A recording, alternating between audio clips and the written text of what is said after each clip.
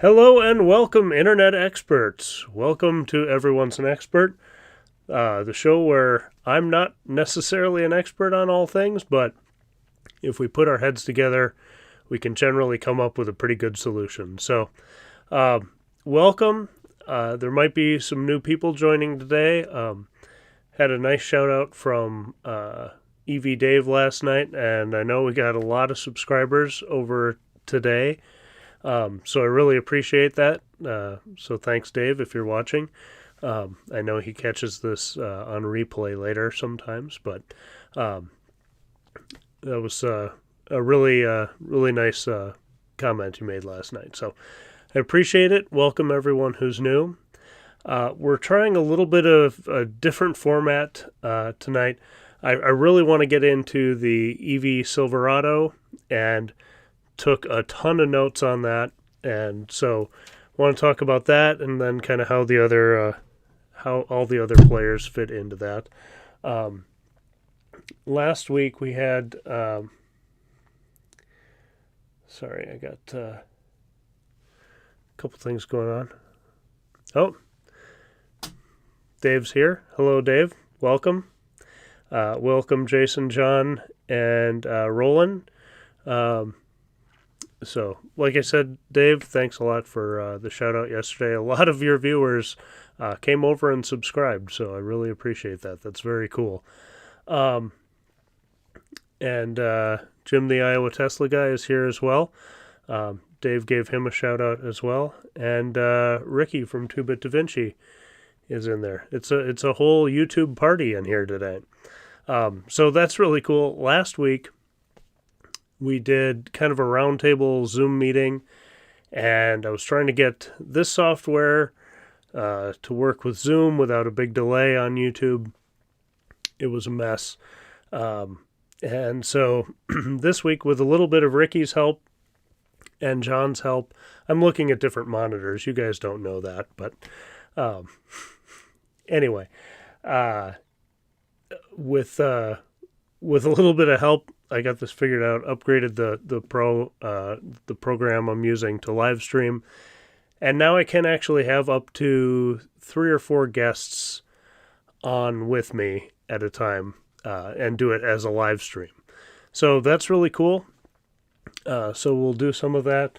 I've got John's in the background. John, I don't know if you want to be on camera or not, or if you just want to hang out. It's up to you, but he's kind of in deck as my test interview subject, and I think Ricky might have the link as well. So if he joins, we'll let him chime in on his thoughts on the Silverado and everything there. So just to start, Tesla had a great Q4. Sold a whole ton of cars, way more than anyone expected. I think 308,000 in the quarter, and I don't have the full number for the year. It was over 830,000, I think, for the year. So not quite the million we were all hoping for, but with the chip shortage and everything, I think they did remarkably well, especially when you see the other reports coming in that a lot of people were kind of declining in sales and Tesla's skyrocketing. So great news for EVs.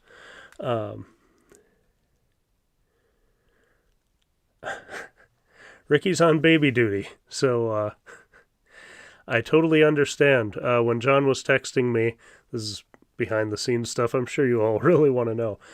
John was texting me about seeing if we could get people on live tonight, and I was doing the bedtime process here at home too, so that's why this show is on so late. I know not for you in California, but in Minnesota it's 9:30 at night, and that's because 9 o'clock is bedtime. That gives me a half an hour to get things set up and rolling and go live. So but welcome to everyone who's here, even if you don't have a YouTube channel. Although I think, Jason, you might be the odd man out right now, unless you've started a channel I don't know about.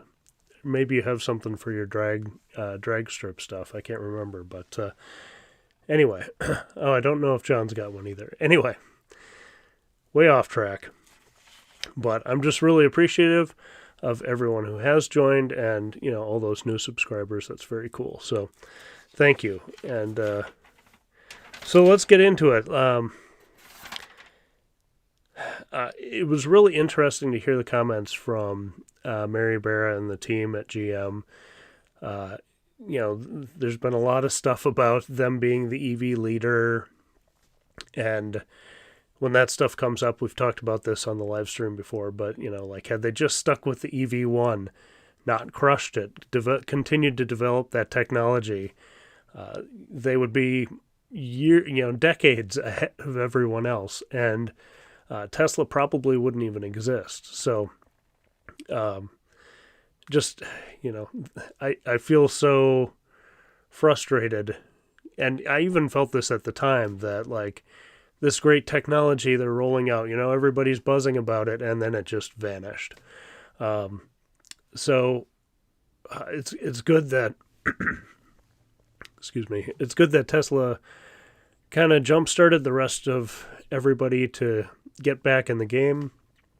And, part of my thinking when they announced the Cybertruck was, are they announcing it to actually hit these production date timelines, or are they announcing it to kind of further their mission, which is to accelerate the transition to electric vehicles?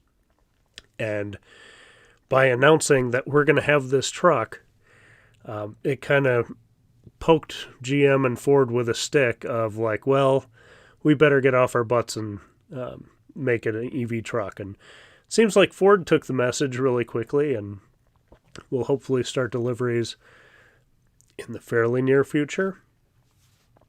GM's a little bit behind, but the Silverado looks all right. Looks pretty good. It's interesting everybody's got the light bar. Not quite sure why that is. Obviously, the Cybertruck had it. F-150 has it, and now the Silverado does as well. But, kind of going back to that EV leadership standpoint, that and if anybody has any thoughts about this, please enter them in the chat. Let me know.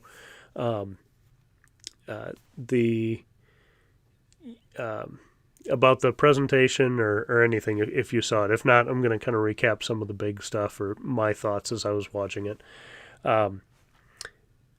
Last quarter, because of the Bolt recall, which I know, they're still working on that. So I don't give them too much flack for having a recall. All companies have recalls. It's in the matter of how they handled it, which wasn't the best, but it does seem like battery replacements are happening. But it sounds like from their report that they sold only 25 Bolts last quarter and one Hummer EV. So technically, they did start deliveries of the Hummer EV in Q4 of 2021, but not really. That's kind of been a drag on them. But I'm like, I'm going to watch this thing and clean slate. Let's see what they've got.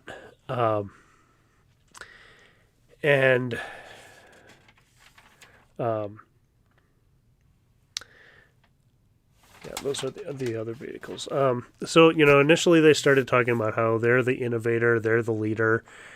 Every company, I used to work in event production, every company's CEO, for the last decade at least, has got up on stage and talked about how they're the EV, or, not the EV necessarily, depending on the market, but, they're the leader in their industry, and they're really pushing for innovation, and they want fresh ideas, and they're going to...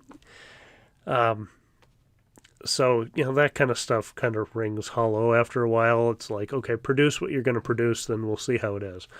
They want to be carbon neutral by 2040 as a company. That's good. It would be cool if they did it faster. 30 EVs by 2025. Again, that's cool. But let's get them rolling out. Everything electric by 2035. And that sounded like even their heavy-duty stuff, which will probably take longer because of battery constraints and, mileage, towing, all that stuff that's going to have to be rectified in those bigger heavy-duty vehicles.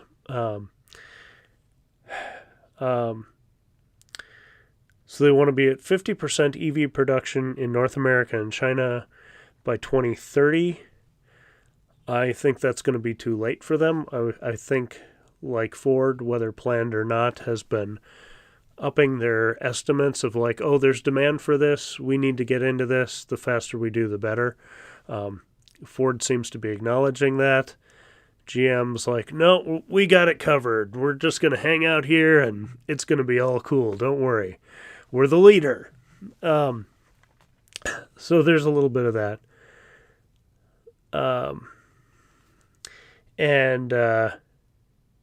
So we'll see what their production is by 2030. I guess you have to have targets and adjust from there. So that's good. They talked about being one of the most innovative companies, all this, kind of typical stuff. They talked about the Ultium batteries, powertrain that they're moving everything to. I think the Hummer's the first one with that, and then it'll go into the Lyric, and then I would guess the Silverado from there. And then they, made a big splash about Ultify, which is over-the-air software updates. It's not new, but it's new. And, at this point I was thinking, well, the audience for this is GM people who probably aren't necessarily deep in the EV space like a lot of us watching here. Probably not a ton of EV owners. So hearing about over-the-air software updates might seem revolutionary to a lot of people, to the average Joe on the street. We still go to car shows and things like that, and people say, well, who makes Tesla? It's like, no, you have to explain they're their own thing. They make Teslas. So, for those kind of for people who are there on the EV spectrum, this probably sounded pretty revolutionary. So good for them. Sounds like they've got some good stuff coming for their Bright Drop e-commerce last mile vehicles with FedEx and Walmart.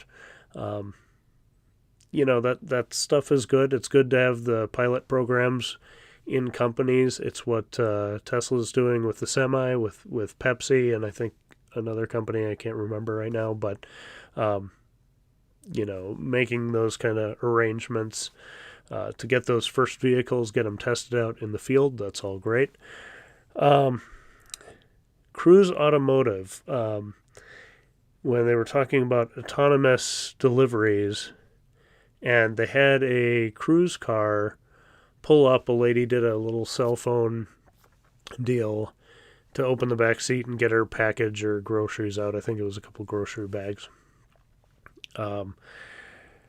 And I was wondering, are they actually doing that now? I know they're doing some cruise drives in San Francisco. They showed some of that. But I don't think you can just order a cruise delivery car anywhere in some random suburb, which is what they made it seem like.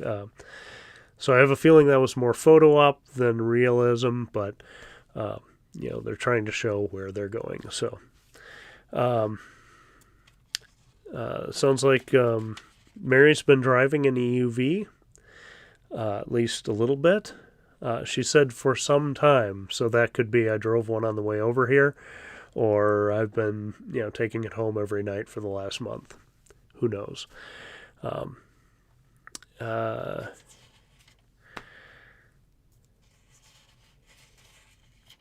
So before we get deep, that was kind of at the point where they talked a little bit about the Hummer and the Lyric, which we kind of know about already. And then they went into the Silverado. Before that, I want to see what your thoughts are here in the chat. And let's see.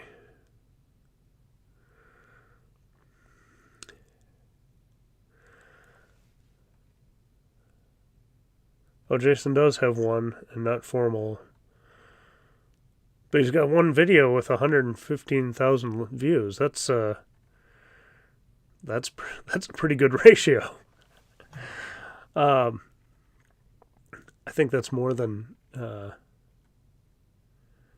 might be more than my highest video. I'm sure it is. We need some chargers in Minnesota for the Ford. Yeah, we do.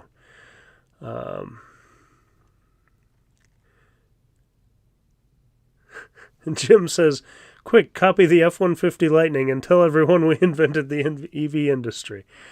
Yeah, the Silverado does look kind of like you mashed the F-150 and who makes the Avalanche? Is that, I can't remember, but kind of mashed those two things together.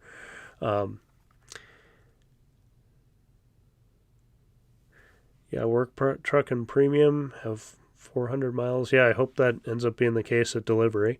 Okay.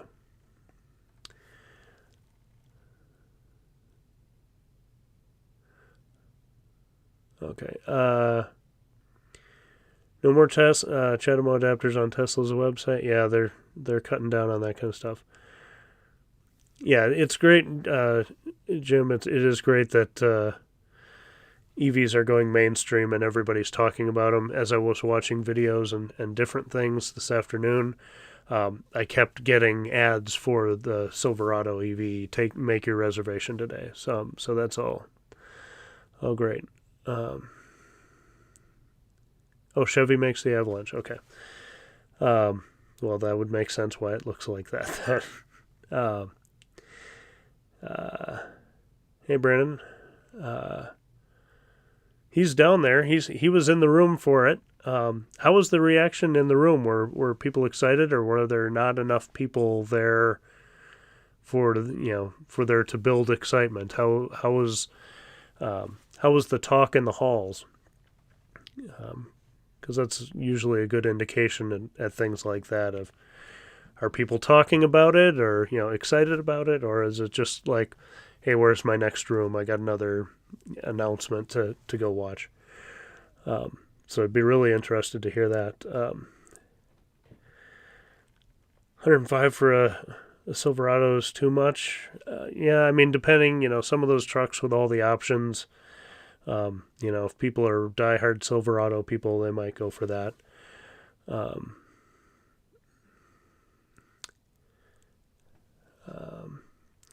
keynote was weird because it was pre-recorded. Yeah, I suppose wasn't anybody in the room, to really.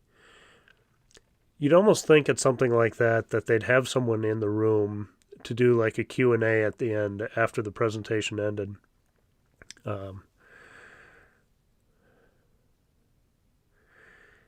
EV-related stuff was everywhere. That's great to know. It seems like, like Jim said, they're really going mainstream. Not enough people to build the excitement live. Yeah, it was odd that they weren't there.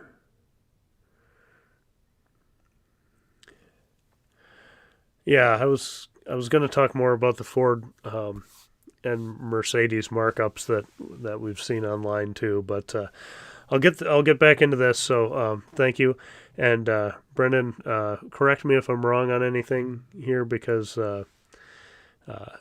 you were in the room, so you may have got a different perspective, and I may have watched part of it at 2 times speed or 1.5 speed.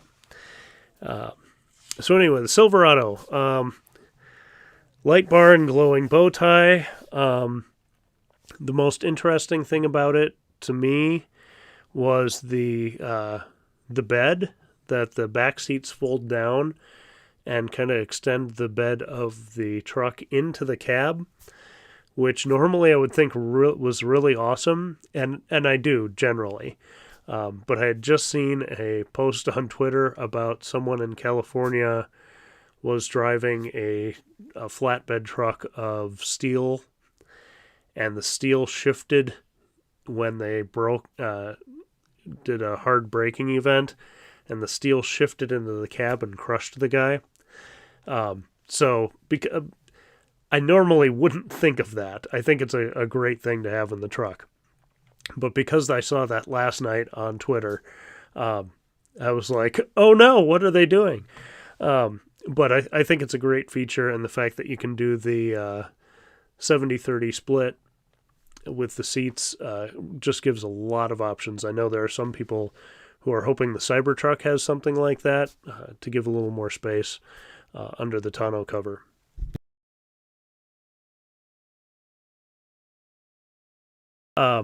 So that's a great feature, and then they pointed out that so the standard bed is 5'11", which is pretty short.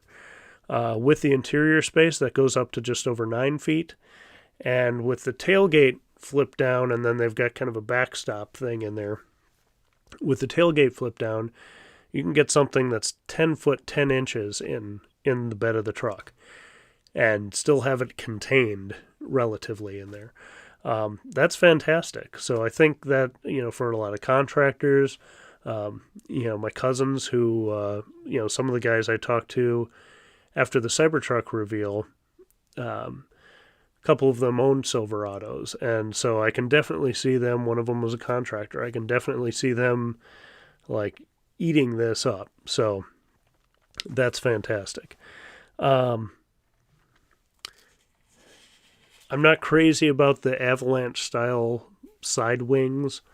That's a little bit of a strange choice to me. Maybe it's to help with structure, rigidity or something.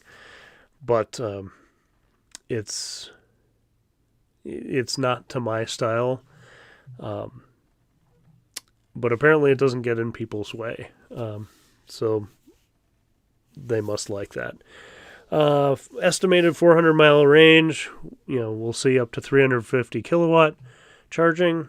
That's great. We'll see what the charging curve is. 100 can charge 100 miles in 10 minutes. Again, great. That kind of stuff is all great until we see it in real life. Hopefully they're under-promising, over-delivering. And it'll, again, depend on what trim level gets that kind of attention and that kind of speed and charging rate. 24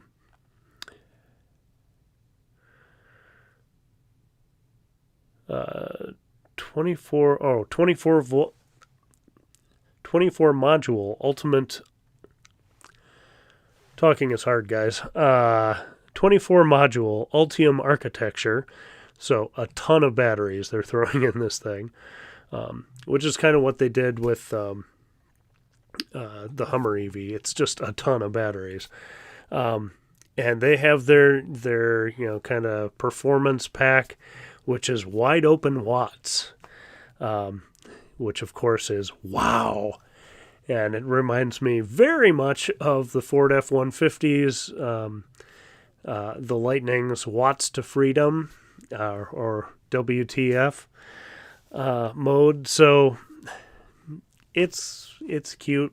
If Tesla can have a little fun, these guys can have a little fun. I don't think it's necessary, but whatever. Everybody's got a different definition of fun, so why not? Wide open watts. Four-wheel steering, which seems to be the standard now on EVs, although Rivian doesn't have that. Well, they don't have the four-wheel steering. They're someday maybe going to get the tank turn, but we'll see. I don't know that it's necessary. It's kind of a cool feature, but trucks for ages haven't had four-wheel steering, so I don't know that Rivian not having it, or if one of these didn't have it, would it be the end of the world? Could probably keep the cost down lower, so I don't know. Other than the turning radius, I don't really know what it gets you.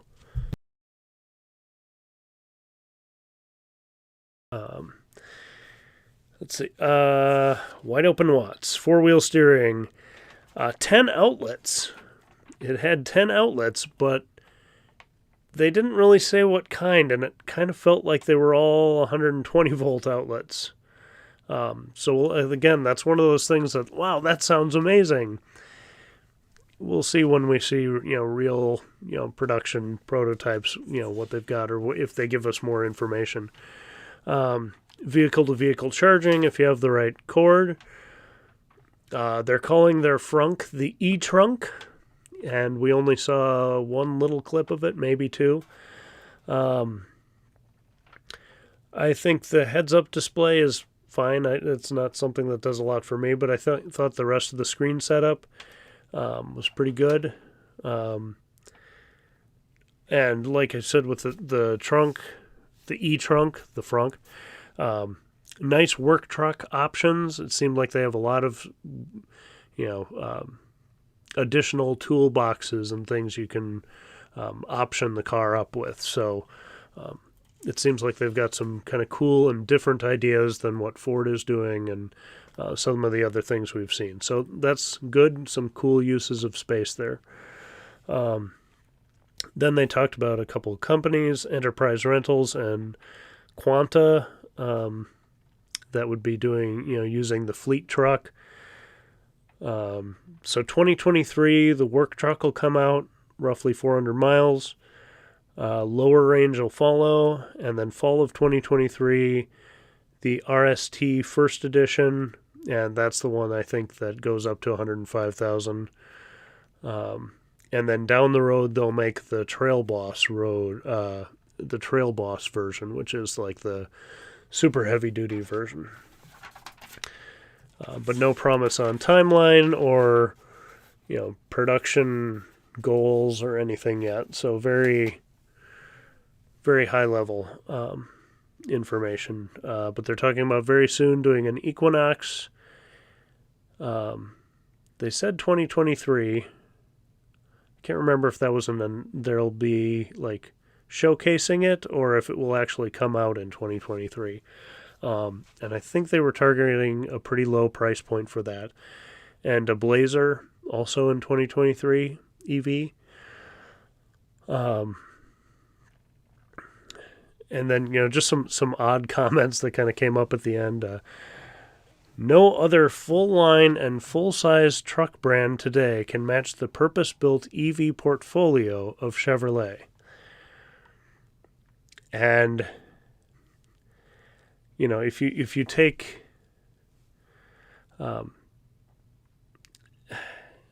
if you take their portfolio, what they say they're going to do, and say no other full line, in other words, take Tesla out of it because they only have, they're only in a couple segments, and full-size truck brand can match the purpose-built EV portfolio of Chevrolet. So if we put a bunch of constraints on it, we're the best, which is kind of how they get to their, we're the industry leaders ridiculousness.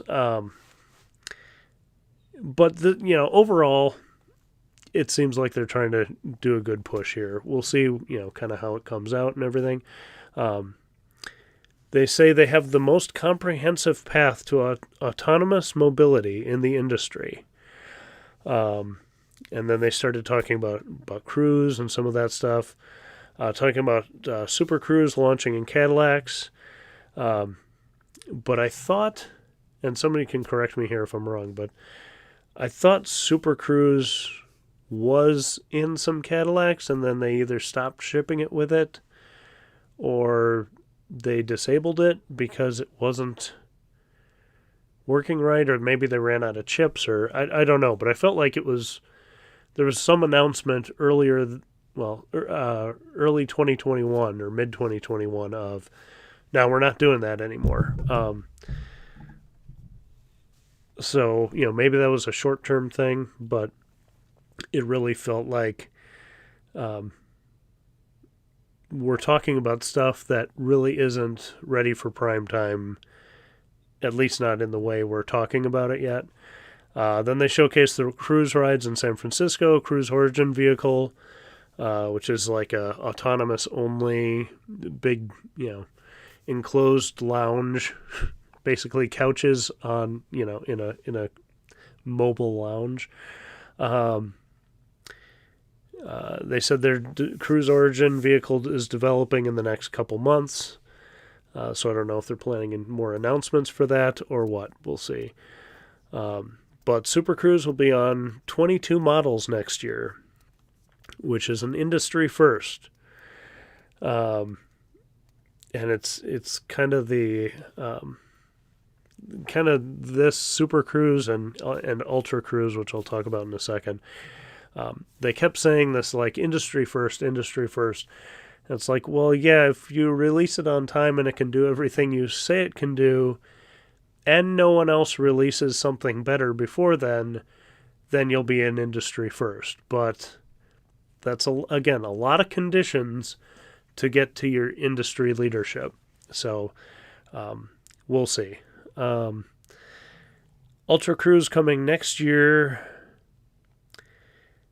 with door-to-door in North America, and 99% of driving situations will be hands-free. This seems like a very Elon promise, a very ambitious timeline for something we've not really seen out of them yet. Maybe they can do it, and maybe it'll be fantastic. But it really seemed to me that we don't know how we're going to get there, but this is what we're supposed to say. I have no idea how much confidence they have in that, and how much confidence we're supposed to take in that. So that'll be interesting. And then a new Cadillac that will be hand-built luxury EV, Celeste or Celestic. I can't remember how they pronounced it, but sounds like it's going to cost $1 billion, and we'll have every bell and whistle, and will be kind of the Cadillac Halo car, which, again, for the 20 people that buy that, good for them. Maybe it'll be a good development of other technology that can roll down over the years, but we'll see.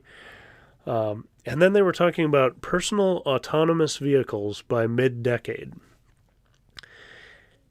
And this really, this was the point where I went, wait a minute, if you're going to be able to do Ultra Cruise next year where you have door-to-door in North America and can handle 99% hands-free, then why would it take you till the end, by mid-decade?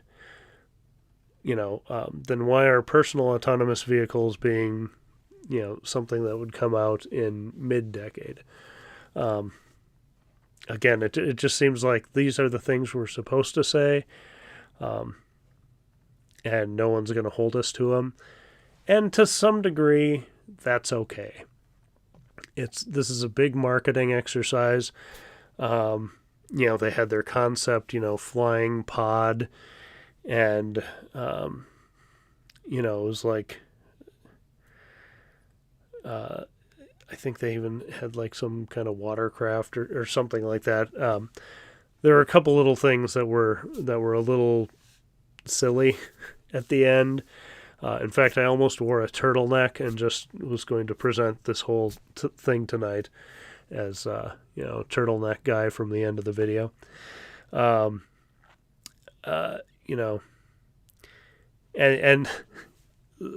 kind of toward the end as they were wrapping up, they were spending so much time assuring us that this is all real that it made me really question if any of it was going to be real.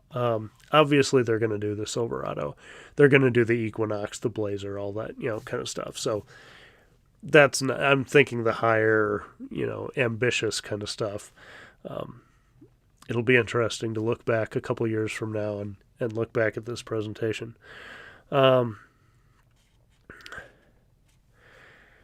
And then something to the effect of, no one can match the range of vehicles.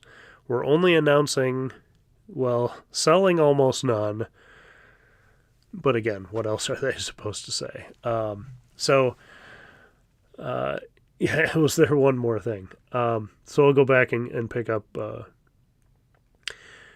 Brandon might have some better thoughts on it being in the room, like I said.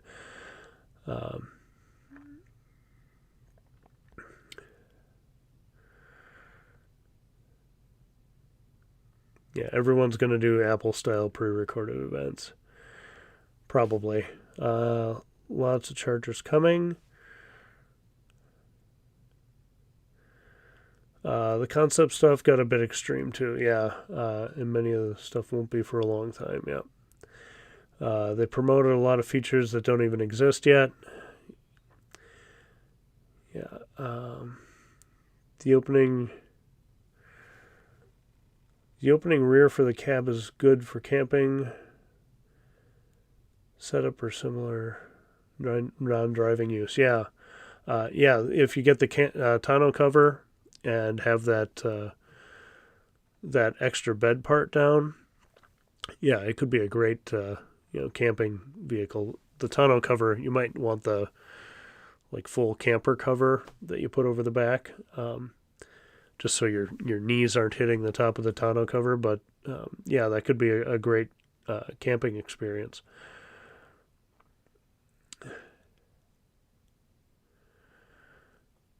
Oh, Brandon took the boring tunnel too, and it was really cool. I saw your photos from that. That was really cool.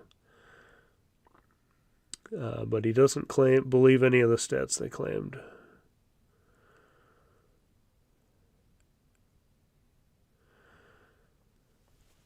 Dave says it's not how many watts you have, but it's the size of the watts that counts. I'm not an electrical engineer.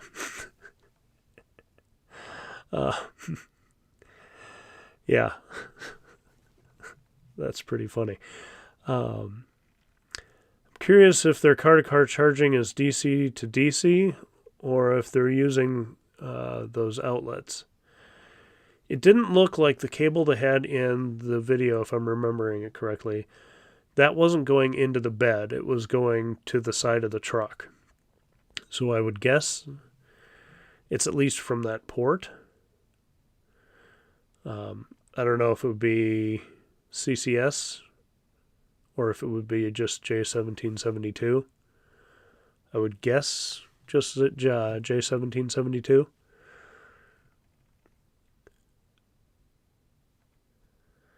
The conversion to AC and the conversion to AC and back lose a lot of efficiency and be equivalent of level 1 or level 2 at best. Yeah. How many Silverados will they deliver in 2023? I don't think they talked much about where they're building them. They talked a little bit about they're building battery factories. I don't know if they mentioned where they're building the trucks. So they'll have to get that up and running. And I would guess that will take about a year, I would guess. And then there's the battery supply too. I would guess they'll deliver as many Silverados in 2023 as Ford delivers F-150 Lightnings in 2022, which I hope is a lot for both of them. But I have a feeling Chevy is about a year behind in developing this, at least in their announcements, more than a year behind. So we'll see.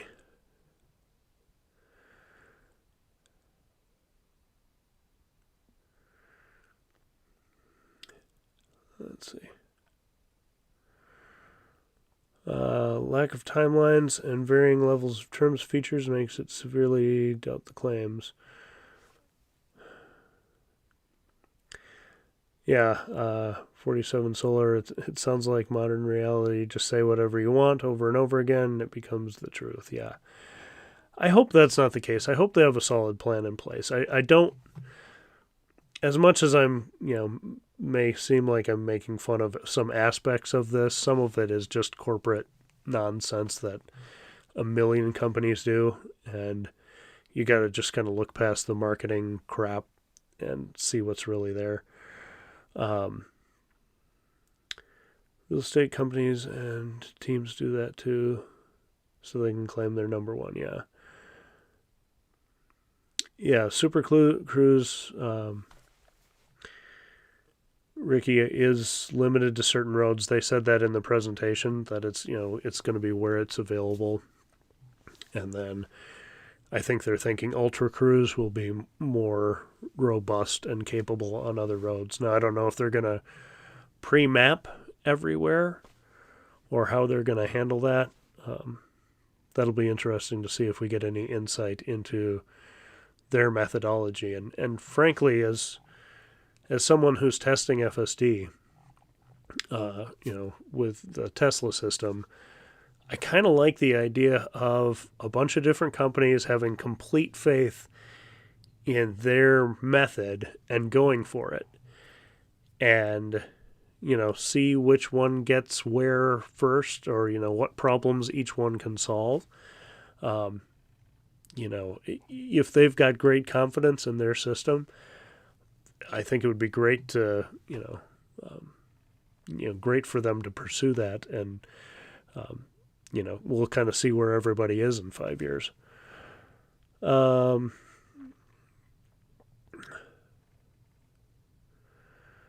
Oh, it was the chip shortage. Okay.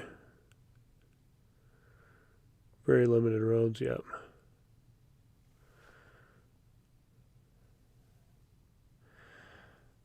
Yeah, there's definitely a big Tesla doesn't exist kind of vibe going on, especially with GM. Ford. There's a nice back and forth congratulatory thing between Jim Farley and Elon Musk, and that was really cool to see. And I just don't think that's in GM's DNA. But as long as they're making EVs and fewer ICE cars, then that's good.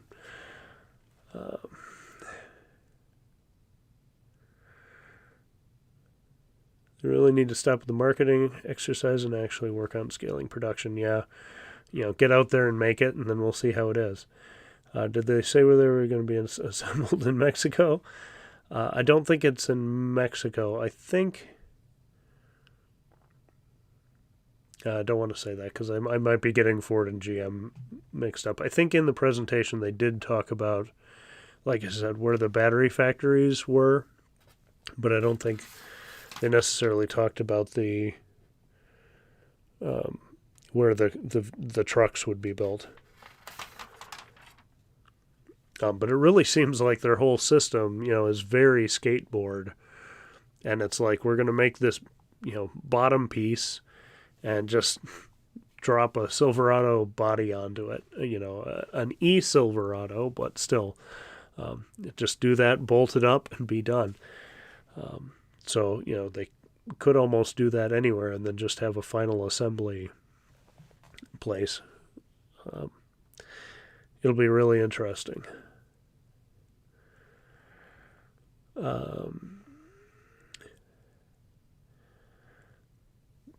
They did not say where it would be produced. Okay.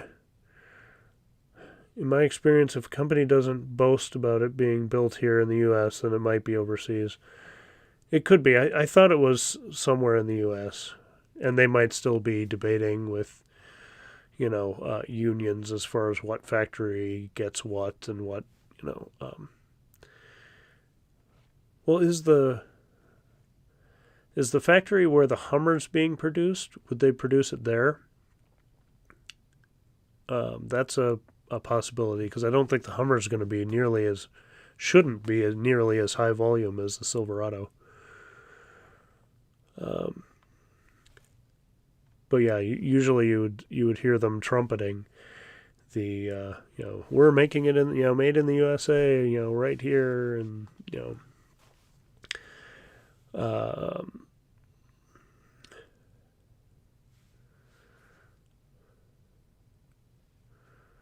Hopefully more than 26, yeah. I think you're being very kind toward them. I presume you've seen Twitter today. Ouch for GM. Yeah, Twitter was pretty brutal on them. Hey, Tim. Tim felt the Silverado event was way too full of marketing fluff. Left me not really trusting what they said. I like the look, so took a gamble and put down the $100 deposit. Great. Yeah, I think if you can kind of, pull away, kind of like Indiana Jones clearing the weeds off of like a ruin, and then you see what's really under there. I think if you can do that with all the marketing stuff, it seems like it's going to be a good vehicle. Will it be as good as the Lightning? I don't know. I feel like Ford took and maybe this is being too generous to Ford, but I feel like they took a really direct, this is what we're doing, and this is the truck we want to make, and this is how we're doing it. I felt like that was kind of Ford's approach. Like, okay, enough of this crap. If we're going to do an EV truck, let's do it. Let's, hammer this thing out and make this right.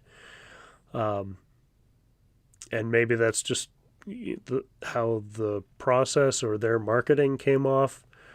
That could be my interpretation from their marketing. But it seems like the Silverado is, well, of course we were going to bring you an EV Silverado, and it's going to be great. Just trust us, which is harder to trust, like you said. But if it's going to compete, and it has to compete, against the Ford, they can't just rely on their diehard always buy a Silverado people if people in Rivians and people in Cybertrucks and people in Lightnings are just way outperforming them. So it has to be good. They have to put a good foot forward with this. So I think it's going to be fine.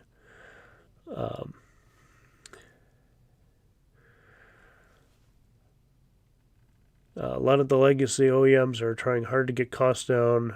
At most of the legacy execs, first thought is to outsource manufacturing. Yeah, I don't know with how much saber rattling about GM being the leader and U.S. manufacturing and union made that's going on, which I won't, not going to dive into that. But with how much of that, I don't know, especially trying to sell a truck in the U.S., I don't know if they could take the PR hit of making it elsewhere. The Mustang Mach-E, I think Ford got away with that one because everyone was like, huh, what's this? What's this? Oh, a Mustang?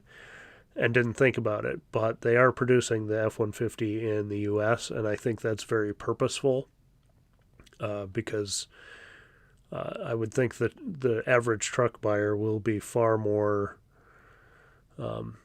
interested in that being the case than necessarily a Mustang or a crossover SUV buyer.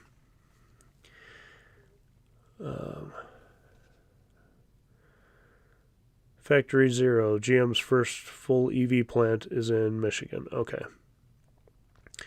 Maybe I couldn't remember it because of that stupid name. Factory Zero. What do we make? Zero. No, but I do hope it's a great truck. Yeah, Tim definitely wants the Cybertruck if they would hurry up and make it. Yeah. Well, like I said earlier before you were here, Tim, I think Tesla intentionally announced the Cybertruck, and I think I said this at the time. I think they announced the Cybertruck far before they were ready to make it, to kind of give Ford and GM that kick in the pants of, oh, we need to start developing one too. And so I think, obviously We've had chip shortages, supply shortage challenges, and all that stuff too that maybe delayed it. But I think, going back to Tesla's mission of we want to accelerate the world's transition to sustainable energy, you put that kick in the pants out there, and then now there are 4 EV trucks coming this year and next year. Well, I guess if you count the Hummer EV, there should be 4 truck options for EV buyers, or there should be 4 EV truck options for truck buyers this year, hopefully. So again, probably announced it before they were ready, and just trying to get the industries to start thinking that they better move too. So I have no information to back that up. That's just my gut feeling. So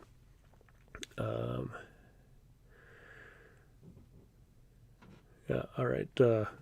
47 Solar sounds like he's out of here. So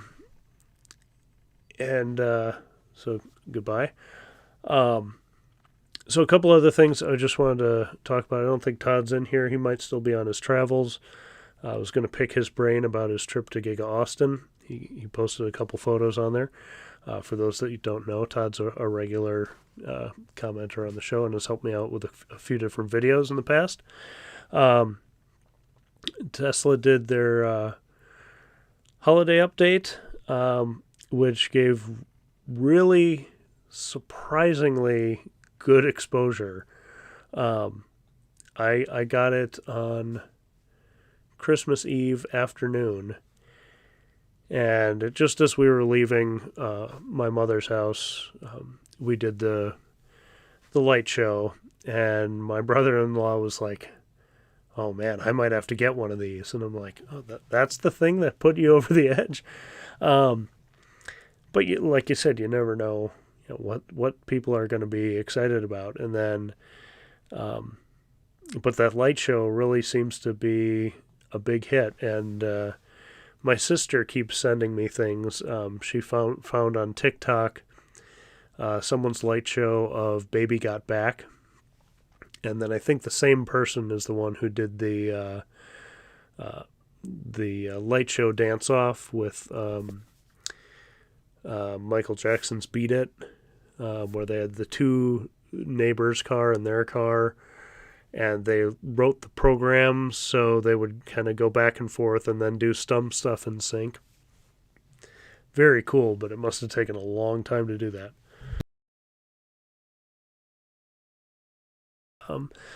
So my sister last night was texting me these, and then I sent her a couple back, and she's like, "Oh, that's so amazing! I don't think my mirrors even fold automatically," or something like that.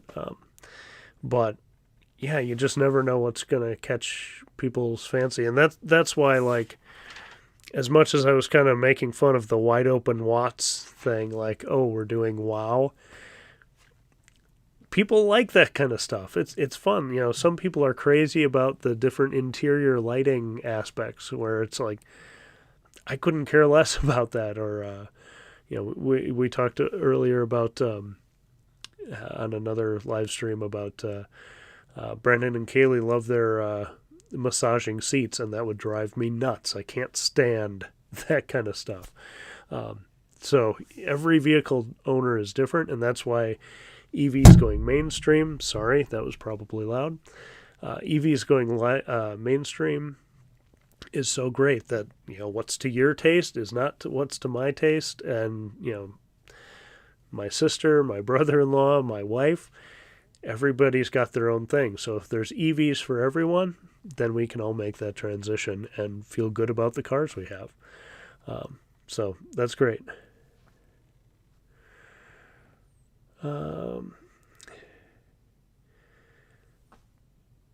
Any word on the next FSD beta version and release date? Still 2 weeks? I would say yes, it's Elon's 2 weeks. I haven't heard anything. I don't know.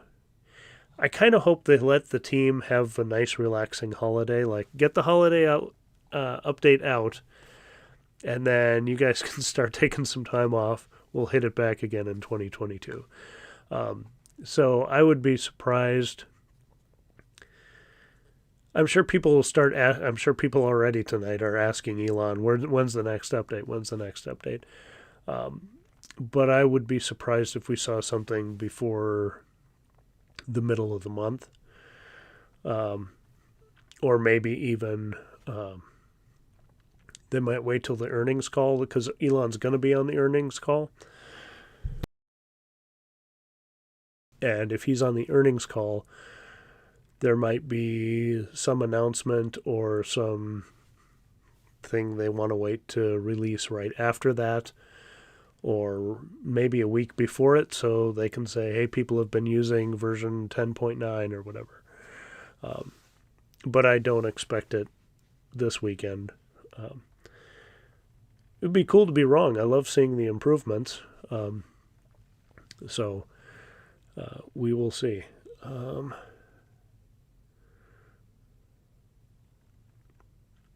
Oh, I said later to the wrong person. Sorry about that. Track mode is getting released for the Plaid. Jason doesn't have it yet. Yeah. But yeah, when you have track mode, the roads are clear. Your Achilles tendons are healed up. You'll be ready to roll for track mode. Maybe you'll have the new brake package by then too. Ricky's out, so if you're still here, have a great night. And yeah, maybe we can do some interview style shows in the future. Now that I got that set up, we'll see if that's something other people would like. I thought last week was really fun. It was a lot of people. I mean, not a lot of people. A good number, and good for just to hang out and kind of celebrate the end of the year. But if you guys would like to see more kind of one-on-one talks, or maybe small groups, like I said, I think I can have either 3 guests, or I can't remember if it's 4 total that includes me, or if it's 4 guests. But we could do something like that too. I'd also like to get some people on who own different EVs. I realized at the end of the last live stream last week, which was really a Zoom call, then went online, but everybody in there was a Tesla owner. So I was going to title it like EV Owners Hangout. I'm like, no, this is just Tesla owners. So that's great. Everybody's welcome, but and I know some people like a variety of perspective too. So, and it's good to share that and be able to. I'd like to get some of those people. Like a video that's done really well for me lately has been the conversation I had with Joe Mack about his Ford Mustang Mach-E experience so far, and he's loving it. Again, another good example of everybody's got different tastes.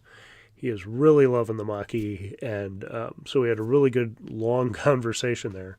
But it would be cool to do that, live, where you guys could ask questions too, politely. If we have guests on, we need to be polite, which everybody here generally is. So no worries about that. But I just don't want to scare people away. So if you guys think that would be cool, let me know. Now that we've got the ability to do it. Obviously, if we have Ricky on, we'll talk about some of the stuff he covers on his channel. If you guys haven't seen his channel, he covers a lot of green tech stuff. So he did a video about solar that came out yesterday. Last week was agrivoltaics, where mixing farmland and solar, and some of the benefits to that. And then the week before that was manufacturing in space. So just kind of a whole bunch of new technologies and where things are going in different industries. So he's got a very cool channel. If you haven't checked it out, do check it out. and I think you'll enjoy it. So give that a subscribe too, if you will. Um, let's see.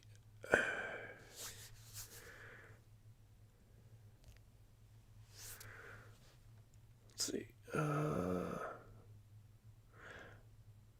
I did the holiday demo at brother-in-law's house, and a neighbor filmed it. Yeah, I did it a couple times here, and I think there are some people peeking out the windows. Nobody came over, but I got the impression that we were being watched. Joan absolutely loves it. Like, anything that lights up and makes music is her deal. And now that her car that she loves to play in can do that, she just goes crazy. So we might have to do. I might have to do a kid's song, like program a kid's song or something that she likes. That would be kind of fun. And that would be fun at Tesla gatherings too, if there are kids or whatever.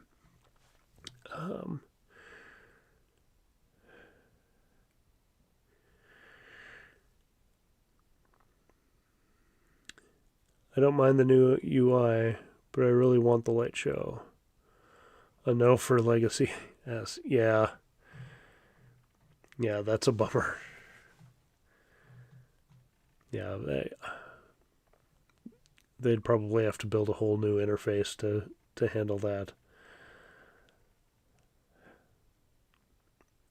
We could do some really complex video editing and make it look like it did a light show. I don't think either of us have the time for that. Let's see, safety score stuff.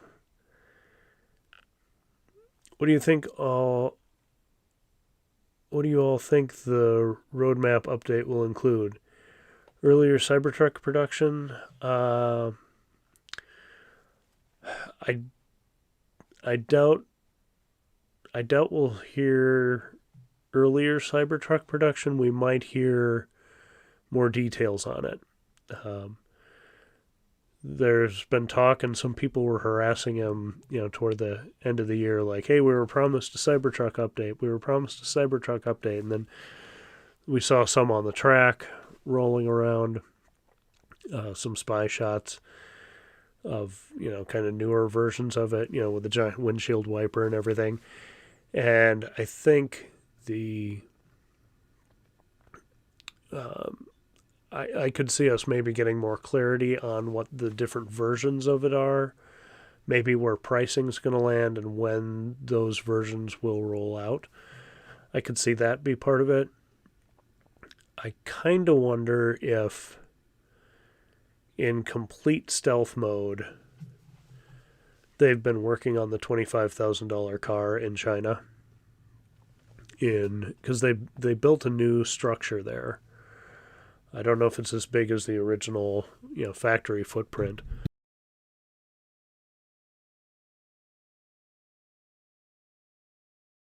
But I wonder if they're getting something in place where, maybe, it wouldn't be like, and here it is. That would be weird to do on an earnings call. But they might say, they might mention that facility is being fitted out and that they hope to produce that in 2023. Or I wonder if they'll call it the $25,000 car.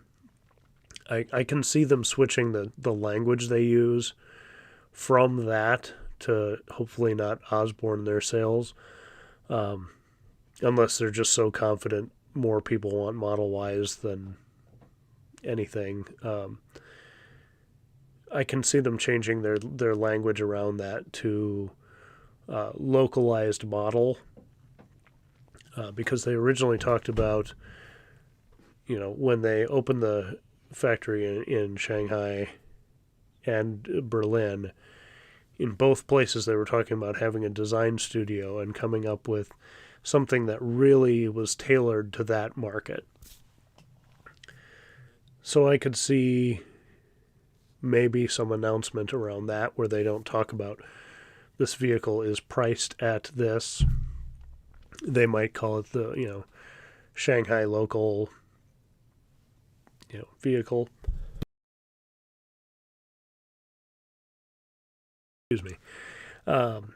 So it'll be really interesting. I think they'll probably. Well, one of the things I've thought is once they have production rolling in Texas, it's possible they could slow or stop the line in Fremont for the Model Y. I don't know if demand would allow that, but I know like a lot of people, like Dan Birkland, is waiting for a performance Y, and he's kind of hoping it comes out of Austin. And I think if everybody's feeling that way, are people going to be like, well, I don't want the Fremont Y, I want the Texas Y? I would think the average buyer wouldn't care. They just want their vehicle as soon as they can. But definitely people in the Tesla world will be like, no, I want the one from the new place. So I wonder if Elon's comments will be more about kind of that transition. If that's going to be a transition, they might just go full bore, depending on how fast. It would make sense for how much demand they have to just keep those both going full bore, and then you just don't know where your vehicle came from. But he might also be talking about, if that's a thing, and then semi-production, how they're going to manage that as that starts ramping up, how 4680 battery production is going, and if they're doing anything with partners. I know Redwood Materials is going to start sending some recycled copper strips from other batteries. They're going to be producing that and sending it to Panasonic at the Gigafactory. And so that's great. That's one of those things that as people start talking about, EVs are, the battery is so bad you can't do anything with it afterwards, this is the baby step as the recycling process gets started. That will be really cool to see how that ramps up. So I could see it be more of a conglomerate of a bunch of little announcements more than necessarily a big, and here's our first Cybertruck, and hand the key fob over to, maybe the whistle is really a key fob. Hand that over to, the first. I definitely don't expect that. I hope they are sandbagging, though. I hope it's not. I hope the first Cybertrucks can be rolling off by mid-year. Would be awesome. But they're still publicly saying end of the year volume production next year. So we'll just have to see. But it's definitely going to be one to listen to. And I just saw I got my very first super chat. Thank you, John. That's really special. I know that sounds silly to say, but I just hit, for those of you who are new, I just hit 1,000 subscribers right before the end of the year, and that was my goal for 2021. And so that was a huge milestone, and now eventually I'll be able to make money off some of the ads that Google or YouTube already shows before and after my videos. Before they were just doing it for fun. But now I actually get a little bit of that too, fractions of a cent or whatever. But I haven't had a super chat before, so I'm just kind of stunned by that. Thanks, John. I appreciate that, and your help getting me set up and rolling today. Let's see.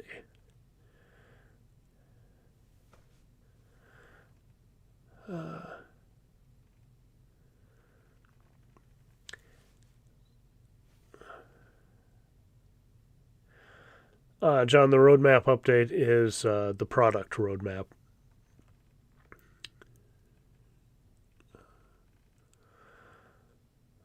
Tim says, I hear the track mode is good for setting modes for snow as well. Yeah, that could be some real fun. I think Kyle Connor had a video of him tearing around in his 3 in some snow. Don't know if he bumped a barrier in the parking lot he was in. They were doing donuts and things, but one of his comments, like after he posted that, was, "Be sure you know where all the curbs and things in the parking lot are before you do this." So I hope he didn't wreck his 3 doing that.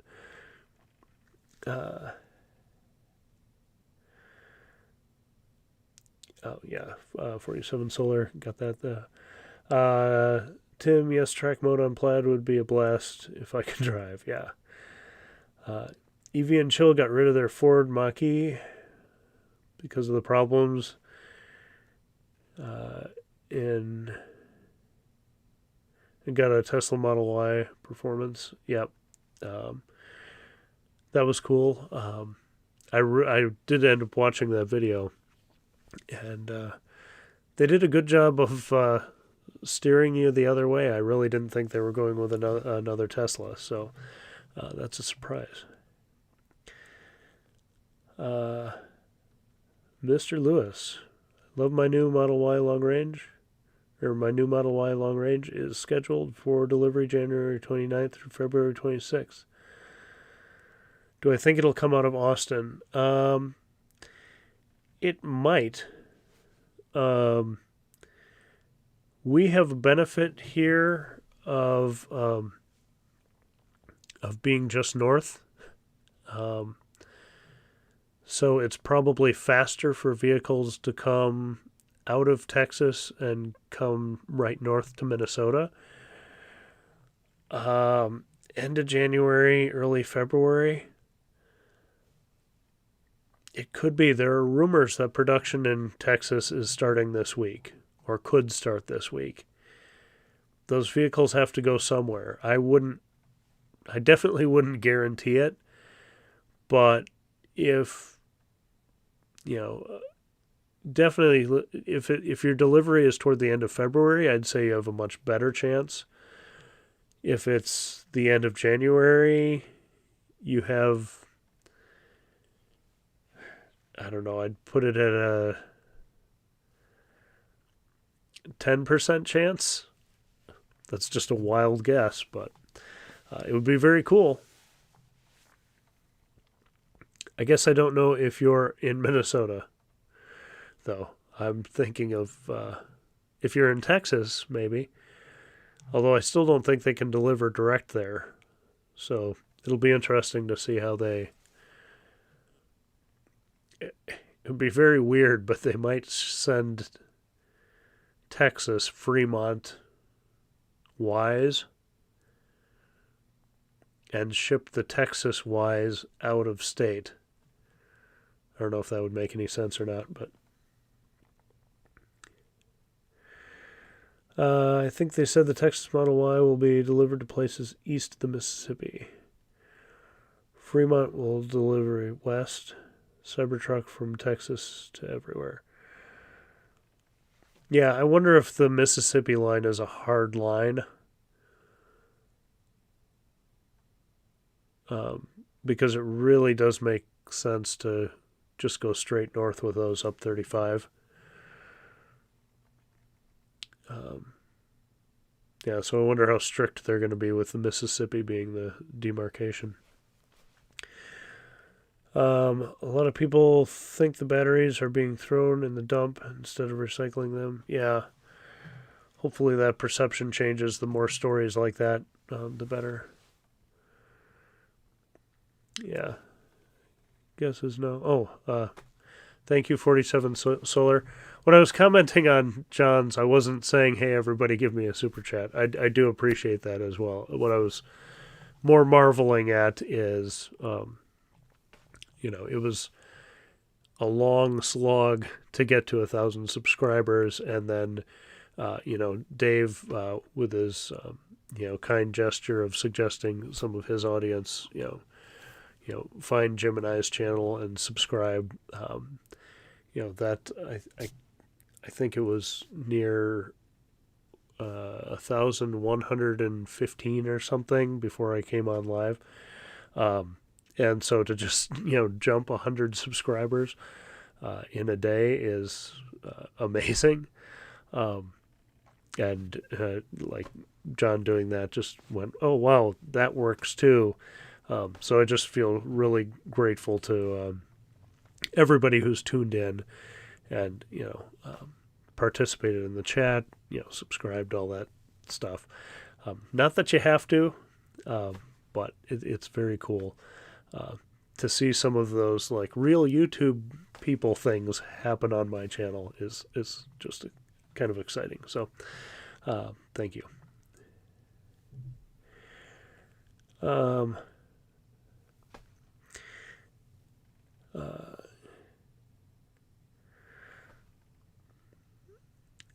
In North Carolina, good to hear that. Yeah. Well, in North Carolina, yeah, I think you've got a much better shot. Geographically, you're obviously east of the Mississippi and you're, south. So it should just be a ship it east and get it. So yeah, you might be, if it all works out, you could be in that first swath of Model Ys. That'd be cool. If you do, you're going to have every Tesla owner you know or make friends with just examining the hell out of your car, which is kind of fun in its own way. So, yeah. Let's see, how are we doing on time? 10:47. Okay. Let's see.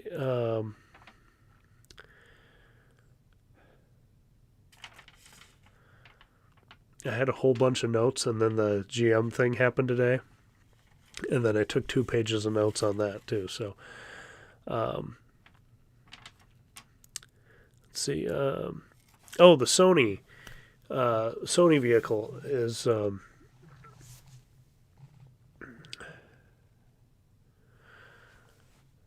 about 30% of the money earned on YouTube is Super Chat. Yeah, I believe that. But again, I just appreciate people are watching. That is, a big, a big thing I appreciate. I'm going to stop talking about it because I can't articulate well. So Sony, Brandon Flash, EV Nomad posted this on social media. I can't remember which one that, Sony said they weren't going to produce the Vision S. They announced it, or they showcased it last year at CES. And it was, here is all of Sony technology in a vehicle. And the gist I got from interviews and things I read about it last year was that the Vision S was a concept that as all these companies are going to autonomy or going to electric, here's how Sony can help you. And so kind of putting their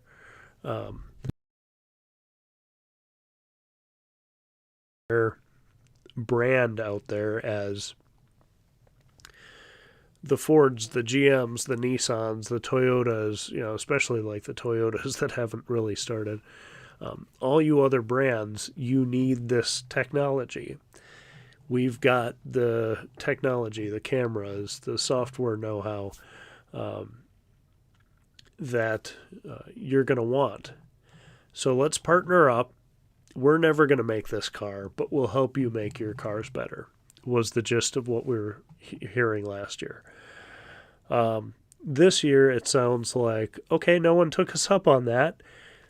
And we've kind of developed this down this far. Oh, thank you, Jason. I really appreciate it. So Sony was like, all right, we took it this far. Now we've brought it to CES again. Do we keep going down this path? Are we going to be an automaker? And it sounds like they're debating whether to start a company or division to explore that idea. And I don't know if that's like, hey, we put a lot of R&D in this, we think we can do it, so let's jump on and do it. Or if it's, all right, you other manufacturers we wanted to partner with, you are still in the same place you were last year, depending on who they're talking with. If you don't take us up on this, we're going to do it ourselves and be a new EV startup you're going to have to contend with. So I kind of wonder if it's an exploratory move or if it's a bluff move to other companies. Like, oh, we don't want to be competing against Sony's tech. We better just, partner with them and license it or whatever. So it'll be interesting to see where that goes.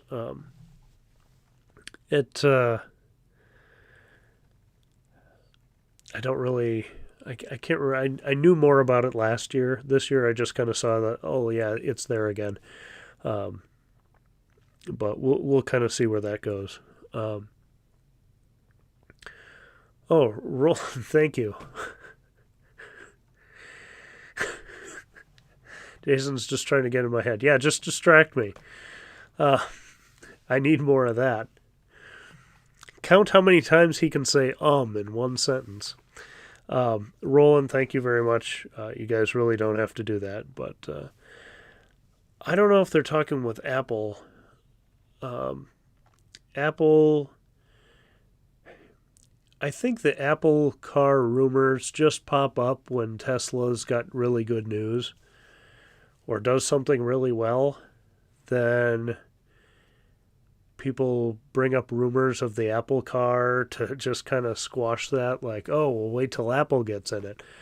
I don't know that Apple's ever going to make a car. It doesn't really make, other than the fact that they have all the money in the world, it doesn't really make a ton of sense for Apple to get into a market that, well, I guess Tesla's got good margins, but generally automakers don't have great margins, so I'm not sure why they would do it. And then I don't know if Sony makes the sensors for the cameras in the iPhones. I don't know if they work together on anything right now. Does Sony still make cell phones? I don't know. I'm out of that tech world.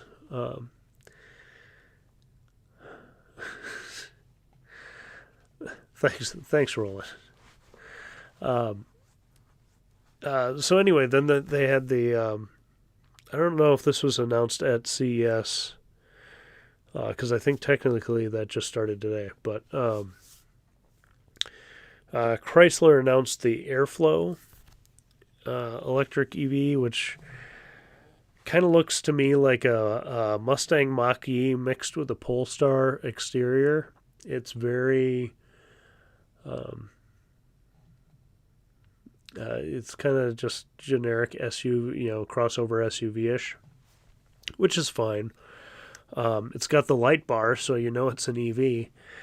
I thought that was pretty interesting. And they have like a little 3-minute video you can see online. And so the Chrysler Airflow is coming out in 2025, they say. But yet they want to have all their vehicles they want to be all electric by 2028. But your first EV is coming out in 2025. That's a quick turnaround. I mean, cool if you can do it. But you'd think we'd be hearing something about, like the Dodge Ram, or maybe Chrysler's going electric, but Dodge isn't. Although I thought we've seen something about the Hellcat. Oh, jeez. Good night, Dave. Thanks again. I really appreciate it. And if you guys haven't checked out Dave's channel, obviously do it. He put out a little video about what he's going to be doing next year, and he's going to be doing some technical comparisons for the layman of combustion engines, hybrids, plug-in hybrids, and full EVs, and lots of road trips. He does so many road trips in his Model Y.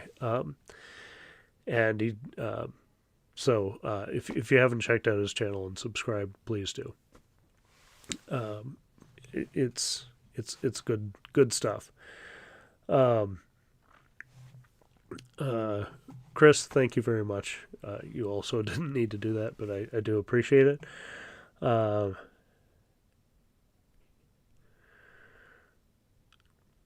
Xperia 1 review was Sony's best phone for some time. Yeah. But anyway, the going back to the Chrysler deal, you guys are throwing me off here. But I do appreciate it. It's very kind. So they want to go 2028 all electric. I think they're doing an electric Hellcat, maybe, or maybe they've just announced their last combustion Hellcat. Maybe about that same 2025, 2026 timeframe. So it'll be interesting kind of what they do with those brands. I would think with the F-150, the Rivian, the Silverado just being announced, Cybertruck, imminent. I would think Dodge has got to be going, either they're looking at it as nobody's going to want to change over. We're going to corner the market. All these people, all these EV nerds are going to buy those, and the whole rest of the world is going to open up to Dodge, because our Ram is still combustion. And that'll work for a couple years, but it's not a very good long-term strategy, I don't think. Electric. So we'll see what... but there again, they're talking about, 400 miles, and they've got Stella Auto Drive. They're talking about the experience of this vehicle, and you'll get in and use Stella Auto Drive with level 3 autonomy and over-the-air software updates. Again, acting as if no one's ever had this stuff before. Again, I don't know where their auto drive system level 3 is going to come from, but I guess by 2025 they'll be able to buy it from someone. But I don't know who's going to develop that. And will level 3 be enough in 2025? Again, if GM's got some magic way, they're going to have, by that point, have personal autonomous vehicles and reach, 99% of driving autonomously with Ultra Cruise next year. If that's the case, if FSD continues to improve, is level 3 enough in 2025? We'll see. But it... my impression from this... Oh, yeah. Part of their video, which I couldn't believe... I know what they were going for, but it did not read this way to me. Part of their video was, we're still collaborating with customers, so your feedback can be part of how we're developing this, this car to make it, the perfect thing for you. Which just says to me, we're still doing market research because we don't know we don't know what this thing should be. And I found that really bizarre. Like, you're announcing the vehicle, this should be done, and it sounds like you're inviting people to join this conversation as you develop the thing you're announcing. So my overall takeaway was, we don't have any of this figured out yet. And it kind of felt like a promo from 2019 of, when the Model 3 really started to take off. And up to that point, companies were saying, 2025, 2030, we're going to be making EVs. and they're going to be incredible and they'll do all this stuff, but there was no meat to it. And when the Model 3 hit, they kind of moved all that up. We saw a lot of renderings of, yeah, this will be our thing in, 2020, and then, stuff got bumped back. But at least a lot of companies did jump on it and are kind of, some of those vehicles are coming out now or this year. But to be acting like this with a vehicle coming out, your first EV coming out in 2025, I just can't fathom that. How, I can even understand if they say, hey, as a company, we're not ready to go all in on EVs. But you should have one at this point, and that just seems strange to me. And then we've got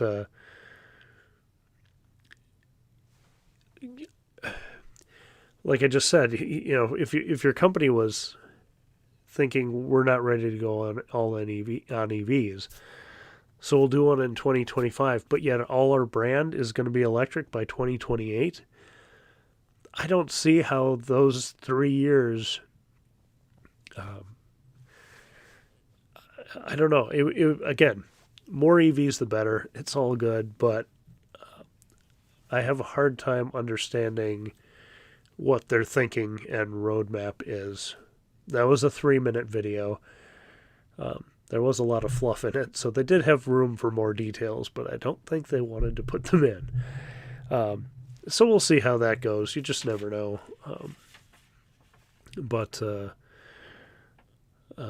Yeah. And then the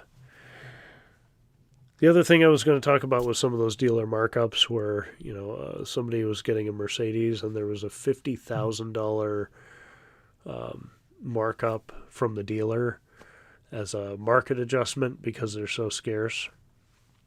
And they ended up getting something else. I can't remember. I don't think it was a Taycan. They got some other vehicle. Maybe it was the Lucid. Maybe they went with the Lucid.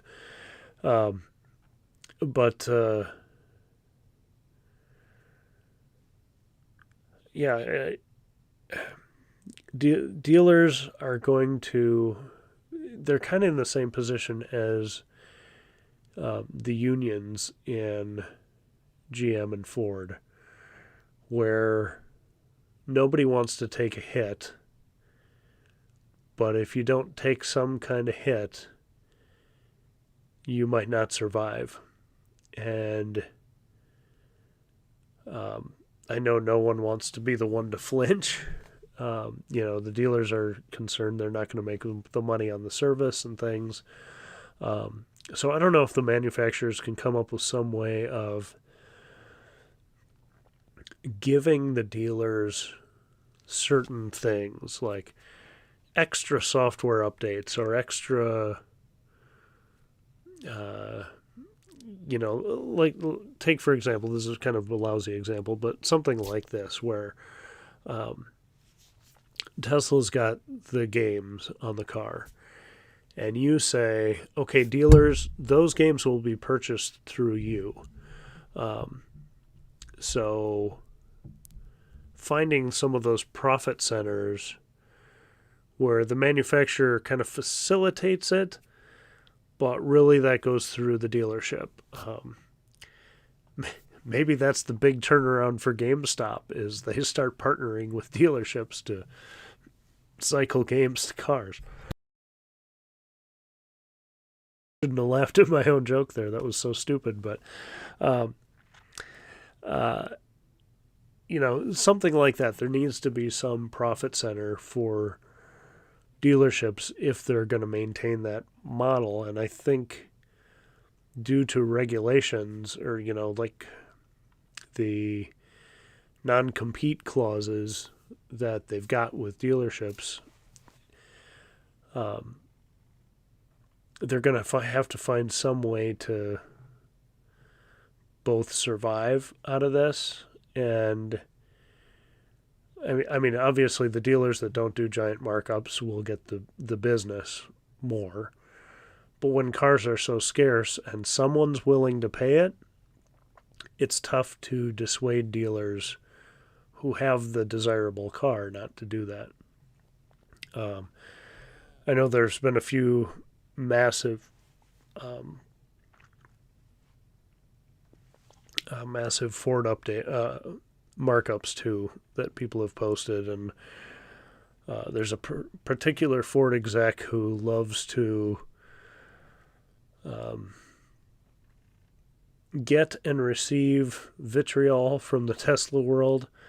I do not engage with him because even when he posts something I agree with, I don't think he's a good representative for Ford. I don't think some of the Tesla people are being good representatives of the Tesla world either, but at least they aren't employees and doing it in an official capacity. That doesn't make some of the stuff right, but it's at least not, a corporate entity doing, or, like a representative of a corporate entity doing some petty, stupid things. I have congratulated Jim Farley several times on different announcements and things they've made, because I think giving positive reinforcement when they're doing the things we want them to do is important. And I think always pointing out how it's not good enough is, detrimental, at least in the short term.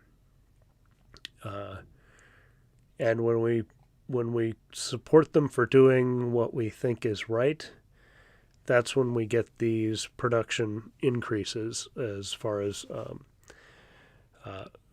production target increases. And again, maybe that's all marketing, maybe that was all planned from the beginning, but I have a feeling that the positive response they've gotten for the Ford F-150 Lightning and continue to get for it are pushing them to go even farther and faster than they had planned. So I think,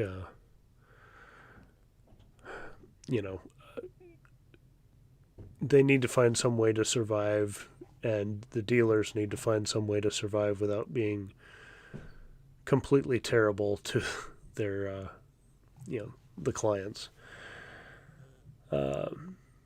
47 Solar says they don't want to chew off their own leg. Yeah.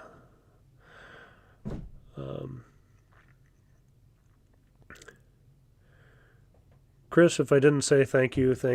Live long and prosper. Thank you very much. Sony Xperia, the Hellcat is going to try to take the Plaid at the track. Well, they're probably going to need to switch to an EV to do that. Probably Mobileye. How about 700 Mile S with third-party pack? Just came out today. Yeah, I saw that. I didn't have time to read the article. I don't know if they were hypermiling, but I do know they put about twice the capacity in the battery. Like they put a 207 kilowatt hour battery and they took out like the 103 kilowatt battery that was in there. So, I mean, obviously, you double the battery pack size. But if they fit it in the same place, which it sounds like they did, then they've definitely got something going on in the miniaturization process that's interesting and exciting. So that's it. It's cool. I love seeing stuff like that. It'll be interesting. Does it have good longevity? It would be cool if they keep testing this and seeing like over, the course of the year, how is it still performing with a lot of charge cycles, with a lot of driving, shaking in the vehicle, all that kind of stuff. It's cool. I don't know I don't know how far it can go. I don't know. Um, like, is that something they could offer to people like Tim who've got an older S, and like suddenly they get 700 miles of range? Or does that mean messing with all of Tesla's software? And how invasive is it to put a third-party battery pack in it? Um, but if it is something that could refresh an old S like that and give it 700 miles of range, that would like completely change the game, even if it can't do the light show. The only thing missing in GM Promise is they're going to make rockets too. Yeah. Um, yeah, that weird flying, like, drone that you kind of sit in. Um, I mean, I know you got to swing for the fences, but when doing concept things, but um, some of that's just like, and who's going to use this, and why are they going to use that? Um,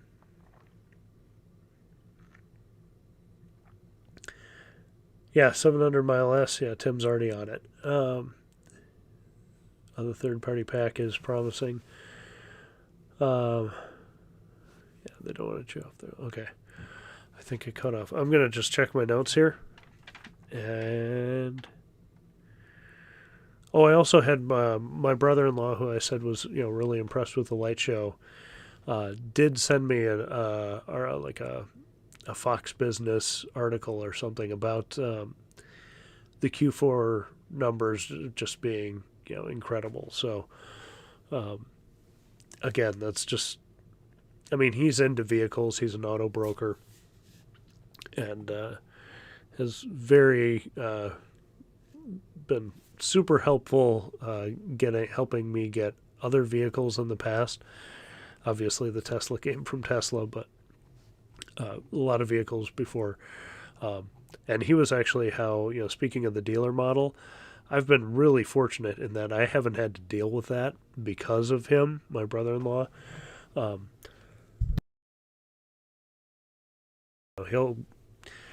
he's kind of like works with all the dealers, and if somebody wants something in particular, um, they get to move a unit, and they take not a loss on it, but they don't make as much, but they move a unit.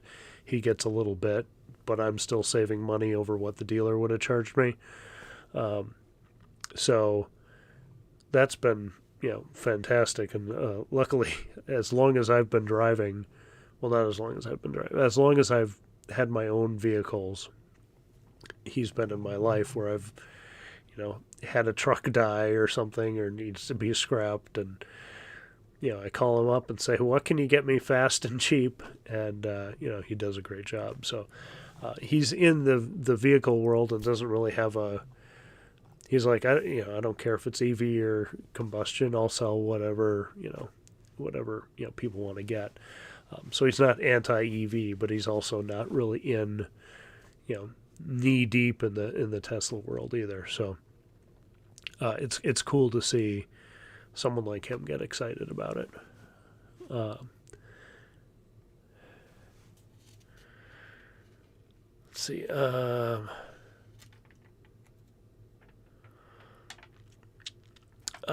Question I had for you guys, and if you're watching this afterward, I'd love to see a comment about this. Somebody on my last video, when I was talking about charging in cold, when the battery pack is very cold and then when it's more warmed up, someone was talking about, I accidentally said, when I was talking about all EVs, go to a level 3 charger. And what I meant was the same level as a V3 supercharger, but my wires got crossed in, talking from Tesla world to all EV world. And he pointed out that there's no such thing as level 3 charging DC fast charging is all level 2. And level 2 can go up to, I think he said, 400 kilowatts.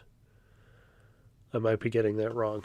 But anyway, he made this comment and kind of broke down with the different levels and, the different some of the different plug stuff. And that's something I'm not good at. Obviously, I made that mistake on the video, which I don't think was too bad of an offense because the video wasn't really about that. But I'm wondering if, he kind of made the point, and he was, relatively kind about it. But if you're going to say this stuff, you should really know it. And that's true. And I am not a stickler for terms. I think it's good to know stuff. I think it's good to call things the correct thing they are. But what I see in a lot of EV communities is someone misspeaks on a forum and they're, just trying to get information on EVs or, looking to buy their first one, and everybody pounces on them for not knowing that the thing that comes with your car is not the charger, it's the, electric vehicle service equipment, and the charger's actually in the car. And when someone's brand new to the EV world, that's something they can learn later. It's not really that important. And I think there's a lot of engineers and detail-oriented people who are, first adopters of EVs, and might not be trying to be harsh, but it can scare some of, the average person who's looking to get into it away. So I'm kind of considering, because I'm kind of in that camp of like I said, I mess up terms all the time. Would it be helpful to do kind of a layman's term version of, here are the different plugs, here are the different levels, here are the things you need to know, and here are the things you don't need to worry about? Would it be good to do kind of an EV basics video like that? I know a lot of people who are probably here would be like, that would be boring as hell. I don't need to see that. But do you think it would be helpful for people, or something you could share with friends who are looking to get into it, who might want a little more detail on that? I would try to make it fun and entertaining, even though the topic to me is hardcore boring. But I would try to spice it up, or at least make it brief but informative. If you guys think that would be helpful, let me know. That means I'm going to have to learn it, though, too. So don't be too enthusiastic. Let's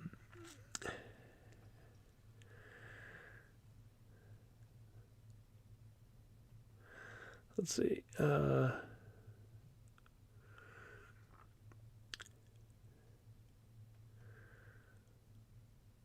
Yeah, I guess they probably would take away supercharging if you put a third-party battery in it. You might be able to convert it to CCS, or do a CCS to Tesla adapter. I'm not sure how that would work. GM needed something to show against the Tesla bot. Yeah. Honda's had a robot since the 80s. I don't know why GM couldn't. Looks like we got a little spam there. Don't knock GM. They led. Mary led. And they sold a whole 27 EVs in Q4.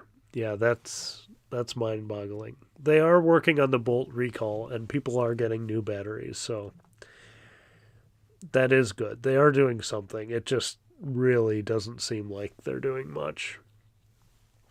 But that recall was pretty gigantic, so I guess focusing on that. And that's not something they're going to say at CES.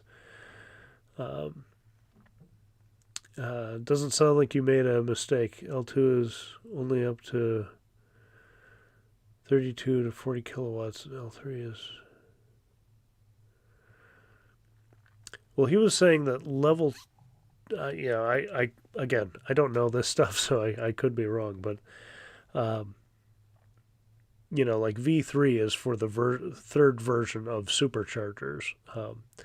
That's where that 3 comes from.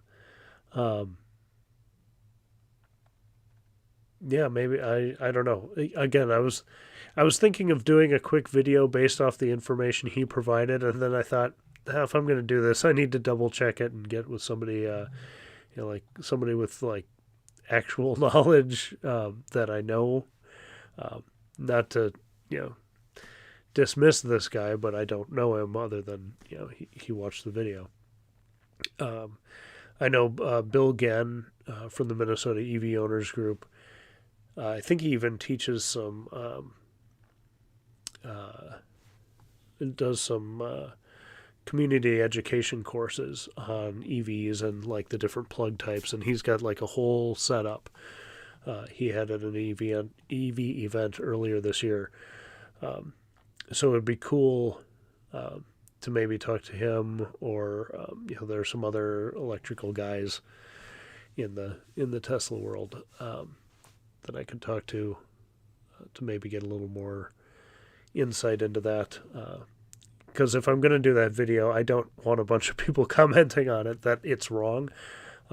So if I'm going to do it, I got to actually do the research and make sure I'm saying the correct things.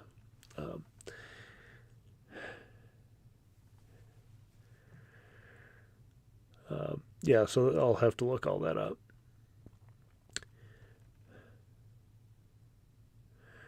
Do you guys think we'll see a basic functioning Tesla bot this year? One which can walk around, etc.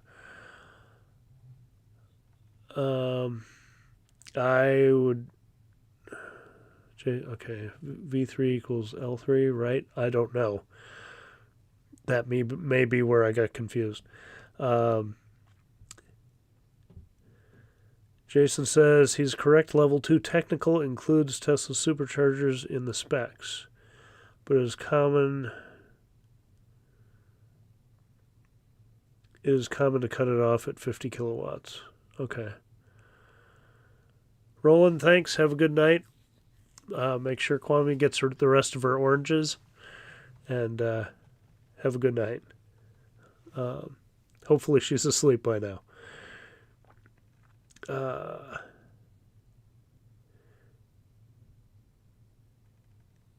Yes, I can borrow John's adapters again. Excellent. All superchargers, even 72 kilowatts, are level 3.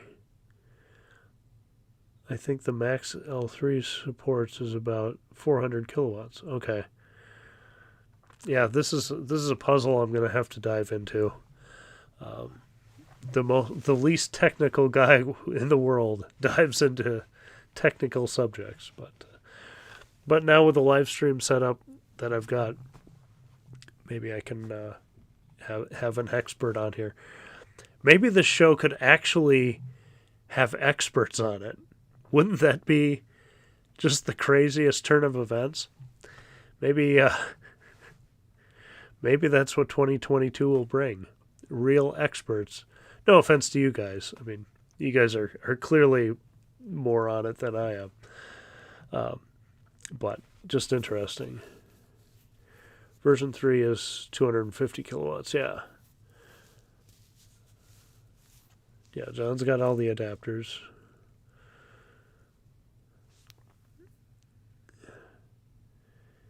Get Tom from State of Charge on here?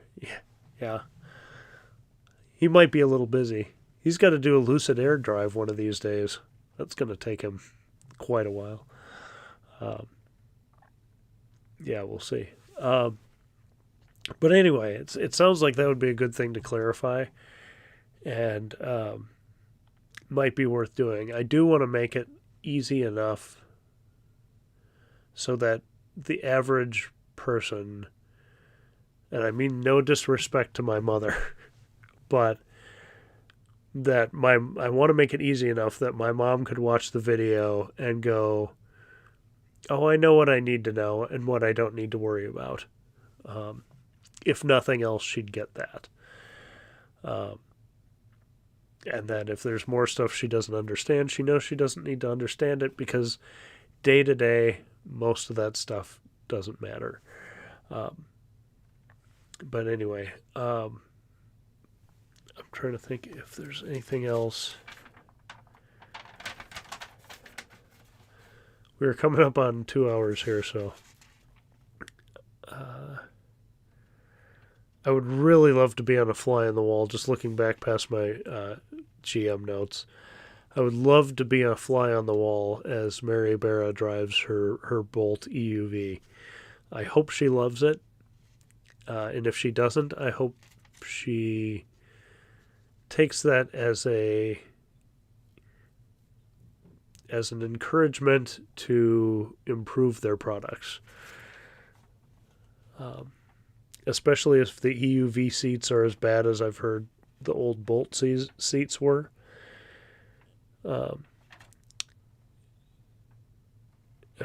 She should be able to figure that out pretty fast. But like I was saying, just to wrap it all up, good night, Jason. Thank you. Thank you very much. Appreciate you joining in and the super chat and all that, even though it fumbled me up.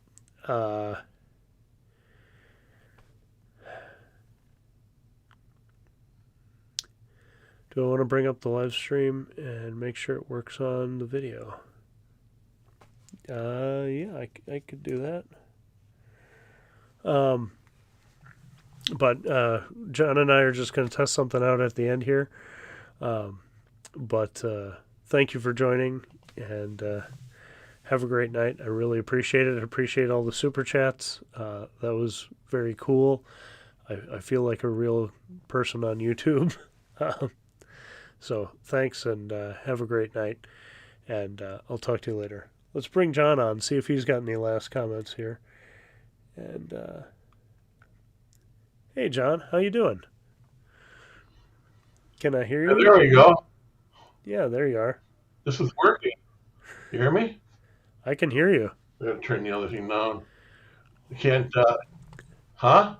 I can hear you, yeah. You hear me? 1, 2. I see there's delay on my mouth when I'm talking here. But yeah, I don't know. Well, whatever. We'll have to see if we can figure that out. I guess maybe let's. Yeah. Well, we'll figure that out offline, so you guys don't have to watch this. But John, do you want to say goodnight to everyone? You guys, see you later, you guys. Good night to everybody. Hey, thanks for giving Brian the super chats, but I was the first one. I had to do it.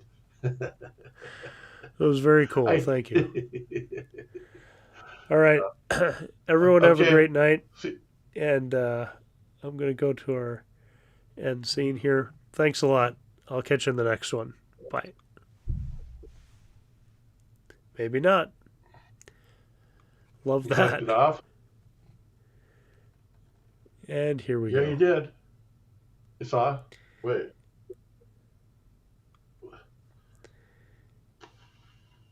Yeah, there's definitely something wrong with the end screen here. Gotta love live stuff.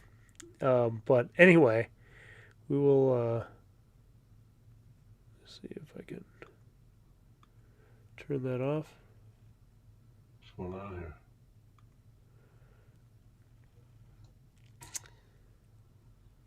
All right, well, we're just going to go back to the opening roll for a second, but that's going to be the end of the show. Have a great night, and enjoy that awkwardness. Thank you. Bye.